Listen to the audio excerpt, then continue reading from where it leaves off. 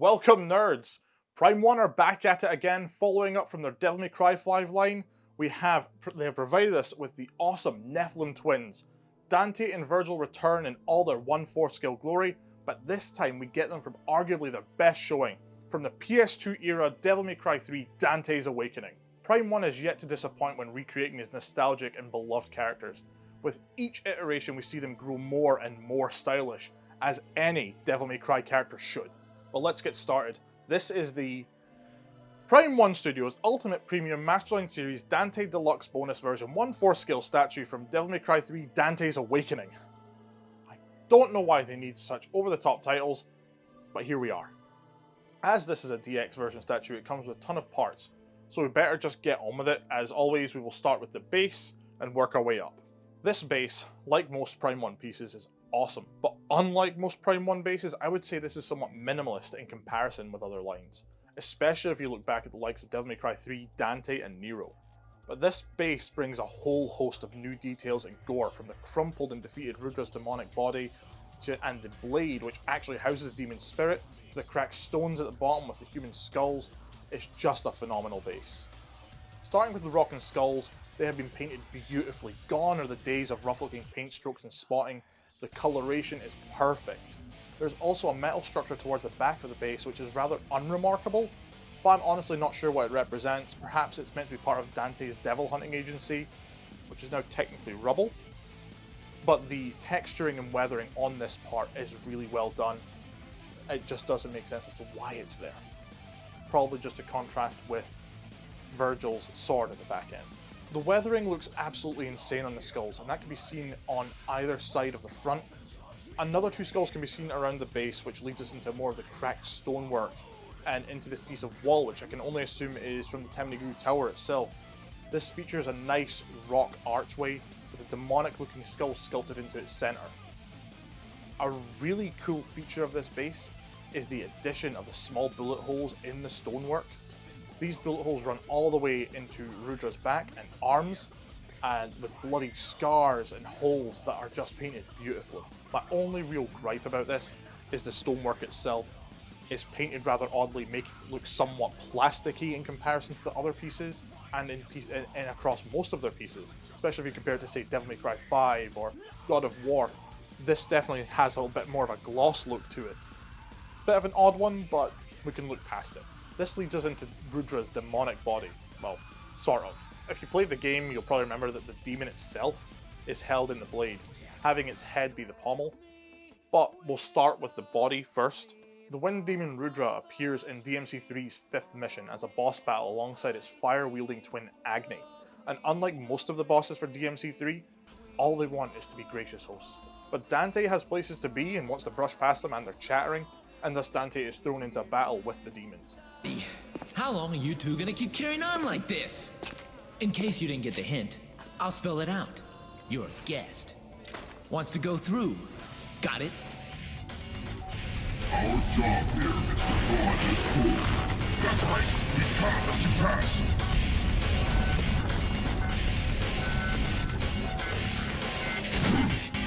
Only for them to be defeated, and well, we can see what happens to them here. Deep gashes and riddled with bullet holes. What a way for the gracious host to go. The demonic body is sculpted beautifully, and the texturing of the rough looking skin is perfect. We have these almost barnacle-like armor pieces that run down the right arm on the front face of the statue, which have been painted a dark golden and metallic colour just to ensure they stand out. The only issue I have here is that the paint application seems a little haphazard, and you can see the brush strokes. There are some more, much smaller barnacle-like parts on the left arm, but nowhere near as many, but they are detailed just as perfectly. The multiple shades of blue used throughout the body for the coloration of the skin is incredible. It is used expertly in showing the veins, the muscles, and the ridges of the demon's knuckles, and even its fingers and fingernails. The colour also contrasts fantastically with the bloody portions that are dotted all over this Hulk-like mass in all their gory glory. The gash where the head recess technically would be is especially detailed, as that's where one of Dante's switch-out parts comes into play. Just amazing, in all honesty. Now onto Rudra's blade, the portion that houses a demon's head and that chatterbox mouth. The sword itself is a long, wide, and curved and somewhat similar design to an Arabian scimitar, but rather than a straight blade piece, it is broken into serrated segments that build up the blade itself into a more saw-like appearance. Or if you look at the game a little more closely, it very well could be that this bladed portion is actually meant to be their spine. Just a thought. The colour of Rudra's blade is made to represent the element which he is related to, which is wind, which most people look at nowadays as green, but this is blue, or more turquoise. The majority of the segments are made up of this metallic turquoise paint with deep grooves and scoring in the texturing, and very nice weathering to the silver bladed portions. The hilt portions are also sculpted very nicely, and the paint application with what seems to be blood staining is a very nice touch over the handguard. The grip itself is covered over with for the most part by Rudra's hand, but this leads us into the most striking part of the blade. The pommel, the technically detached head of the demon Rudra. Now, is it just me or does this guy look like if Ronan and Thanos had a baby? I mean, he even has a ballsack chin. Anyway, the face itself is very nicely sculpted with the same turquoise paint used in the body and a very smooth golden wrapping around the back end, making the head almost seem like a jeweled pommel for the blade. Very nicely done. Okay, we can finally move on to Dante himself. Starting with its open, zipped leather military boots, I absolutely love the texturing and sculpting here. The attention to detail really adds to the leather look, and with the addition of the weathering, the boots just look amazing. The straps are well done, and the fine stitching is fully visible for these parts, as well as the beautifully painted teeth on the zip portions of them. The addition of the separated tread on the sole of the boots is another nice touch, as this would normally be hidden underneath the feet, which would be placed on Rudra's back, but the portions are still visible. That leads us into his trousers, or jeans.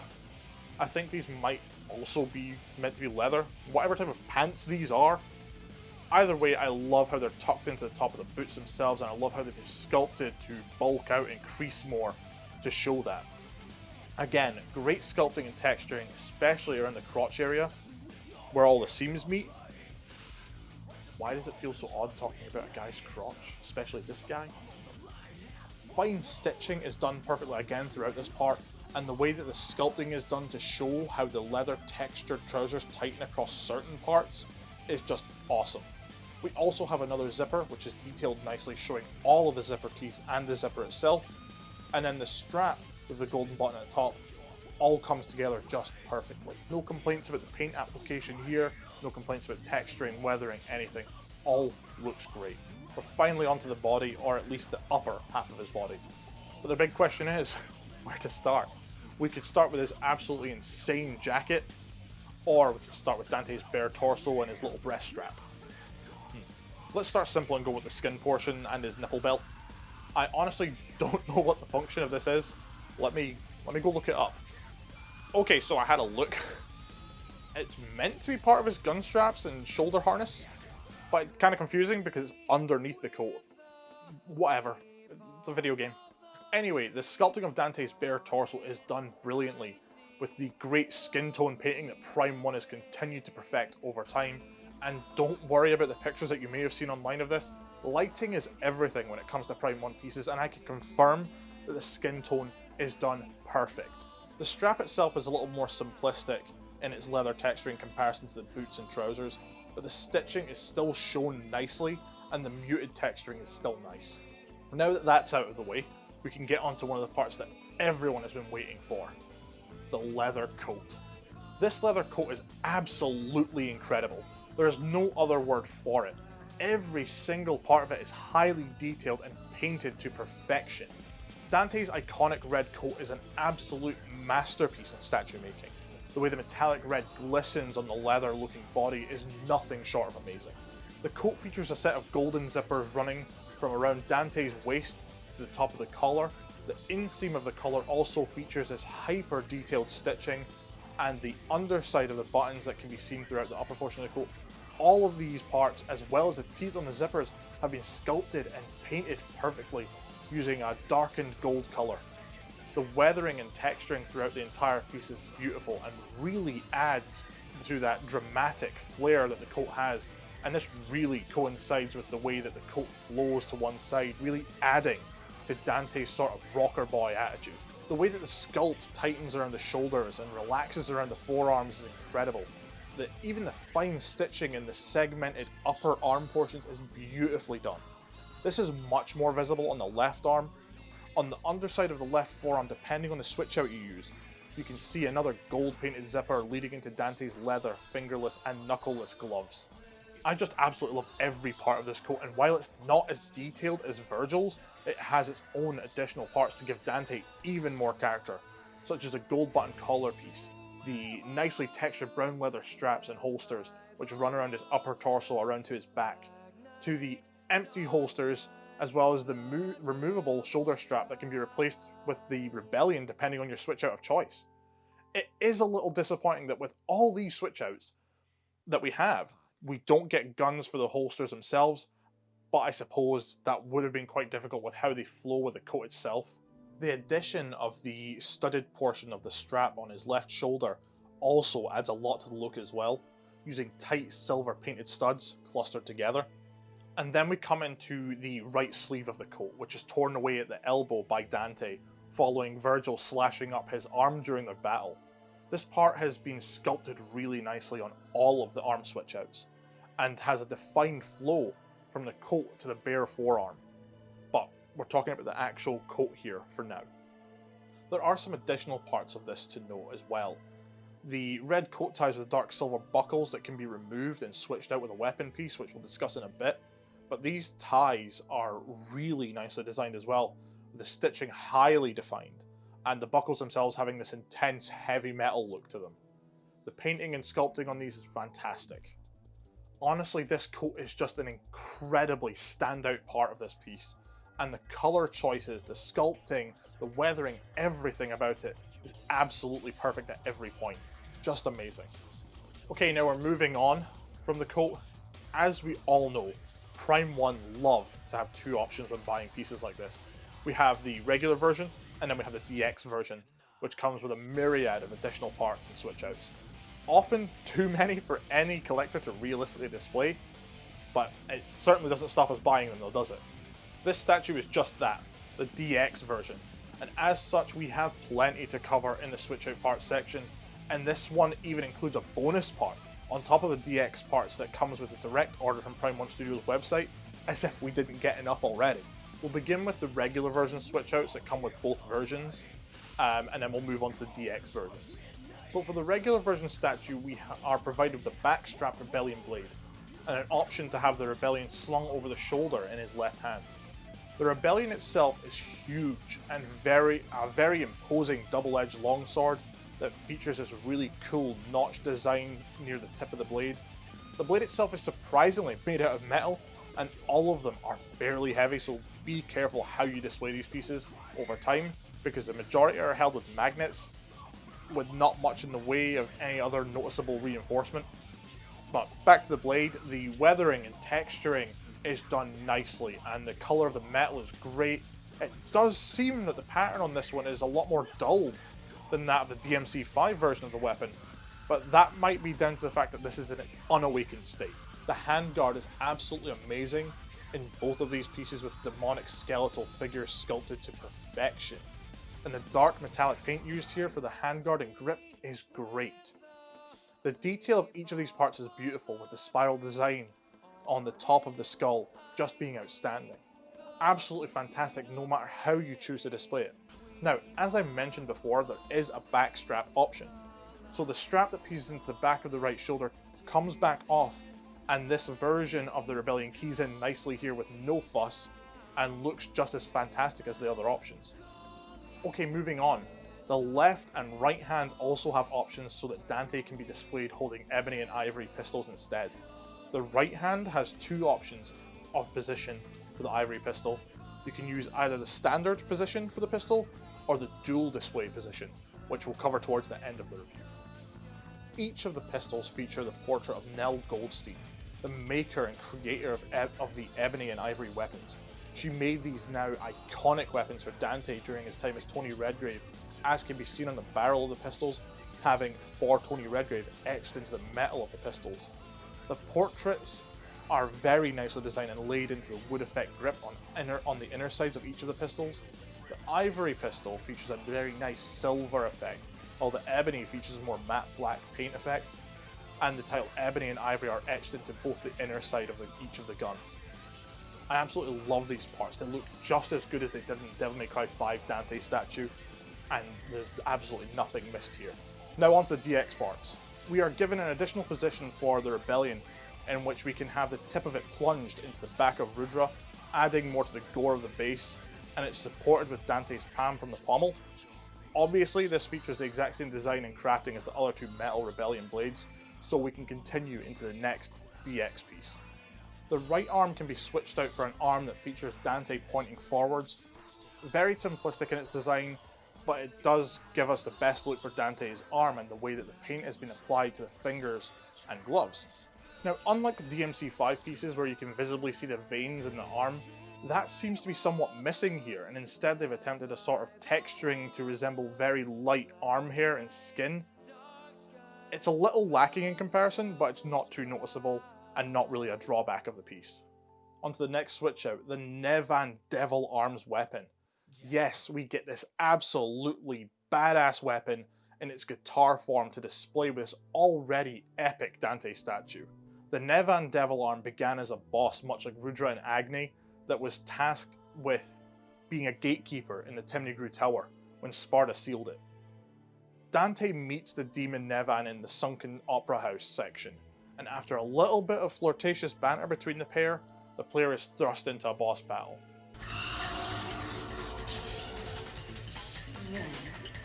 Come on, sugar. After a defeat, she voluntarily releases her soul into Dante's care, and thus the Nevan Devil Arm is born. The weapon has two forms in the game, one being a deadly sickle and the other being what we see here. A badass, somewhat organic looking guitar that controls electricity and bats that attack the enemy while Dante jams on the guitar strings. The purple hue mixed with the black paint throughout this piece is insane. The way it glistens and shines really brings that demonic and organic feel to the piece, along with its skeletal and bladed parts. I absolutely love the demonic jewel looking parts and the way that the silver blades are hidden in the base of the guitar portion. The guitar strings on this are made purely of PVC light purple electric bolts that run from the base all the way up the scaled neck of the guitar right to the top with a twisted and spiked headstock. Now, the string parts are a bit of a pain in the neck to get in place, but it holds pretty well considering there are no magnets or pegs used here. It simply sits between the string pegs, and that's how it's held in place. Another part to note, as I said previously, when you place this weapon, it comes with a coat tie attached to it, so that the coat tie on Dante needs to be removed, and the Nevan needs to be placed carefully in the key recess to hold it up correctly. Now, this part does give me a little bit of worry because it's a very, very small peg for such a large piece. This switch out is definitely worthy of a display piece for me, and will likely be my weapon of choice for a very long time. And then, of course, we have a bonus hand part that only comes from Prime 1 Direct. A slice of pizza. Because why not? The man deserves some pizza after all the demons he's fought, and especially after what they did to his first one at the beginning of the game.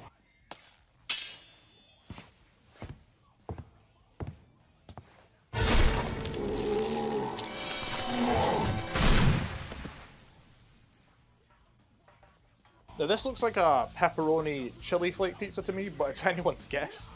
Either way, it's been sculpted really well and placed nicely in the left hand.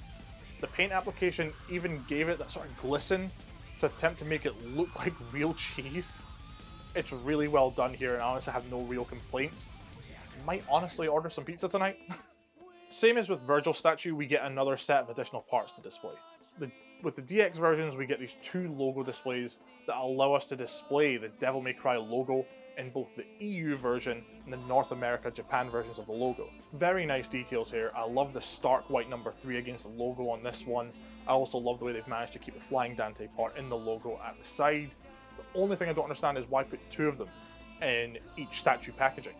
I now have 4 logos and no way to display them without adding clutter to the display. It doesn't make sense, you could have separated the two. But in regards to the paint and application, the texturing, everything is phenomenal on these parts and very well done. For the heads, we have the 2 standard heads that come with the regular version.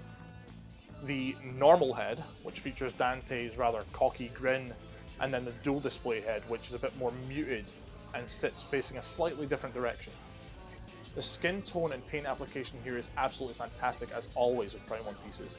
The expressions on both are absolutely typical Dante as well, and the hair, despite my grievance that I'll cover in a minute, is sculpted really well, especially on the DX head. This DX head is my personal favourite out of the options we have, and features an open-mouthed, shouting Dante, and it displays perfectly with the Nevan and resembles him when he first earns a Nevan Devilon, playing his one-man rock show. The facial expression, the colour of the skin, the eyes brimming with life is honestly awesome. Even the way they've sculpted and painted the teeth and tongue is wild. The only upsetting thing here is that when my DX head arrived, one of the hairs was snapped at the top, which I emailed Prime 1 about back when it arrived, in July I believe, and they've still not responded, which is quite worrying considering the price of these pieces. Really disappointing, but that honestly won't stop me displaying my statue with that actual head attached. Now on to my main grievance with the heads, the hair. Why did Prime 1 decide to use a metallic silver for the paint application of the hair? This is almost as bad as Square Enix's Sephiroth and Riku Play Arts and Bring Arts pieces. It's a lot more muted on Vergil, but on Dante it's very glaringly metallic silver. And yes, I know Dante's hair has always been described as being silver, but I highly doubt they meant like this. This hair honestly looks like a freshly fitted car part, and it's really disappointing, and I'll most likely send it off to get it repainted. But on the plus side, it is sculpted really well, and doesn't look like a mop head landed on him.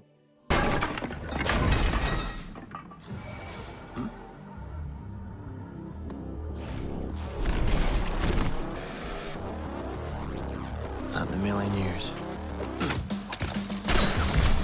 It does keep with his DMC3 emo rocker boy look, which is just fantastic. And as always, the height, width and depth, which like most Prime 1 pieces can vary depending on which parts you choose to display it with. So in this case, we'll just go with an approximate maximum. So for the height, it comes in a total of 67 centimeters tall. The width comes to a total of 45 centimeters, and the depth can reach a maximum of 49 centimeters. Now, as I kept mentioning throughout the review, this piece can be displayed in what Prime 1 calls the dual pose, which features Dante and his twin brother Vergil side by side doing their iconic jackpot pose. Due to the size of this, it's not easy to feature on a turntable, so I will do my best to showcase it as best I can. And there you have it, the two badass Nephilim twins ready to take down any demon who gets in their way. What a way to end the review. Dante from Devil May Cry 3 in all his teenage emo glory. Or wait, was that not 2013's DMC Devil May Cry? Huh. Who am I trying to fool? I actually really enjoyed that game. Not a mainline Devil May Cry game now, but at the time for a rebooted idea, it was really cool to see an alternate take on Devil May Cry's story. It's just, the current story's gotten a bit muddled over time. Capcom, when are you going to give us remakes of Devil May Cry? See, you're working on a lot of Resident Evil. Where's Devil May Cry? For a matter of fact, where's Dino Crisis? But yes, as always, Prime 1 Studios have triumphantly came in with another incredible gaming statue, and I would personally say that it's come out even better than the DMC5 lineup. Maybe with the exception of Nero, who just looks fantastic with all his Devil Breakers. But this piece is absolutely perfect for the ever-expanding collection, and is an absolute must-have for any Devil May Cry fan, especially if you're a Devil May Cry 3 fan. But that's it, the end of the review. Thank you so much if you got this far. If you have any thoughts on this statue or this review, please leave a comment, and if you liked the video, you know what to do. If you didn't find my rambling too irritating, please feel free to hit the subscribe button, and I will see you in the next video.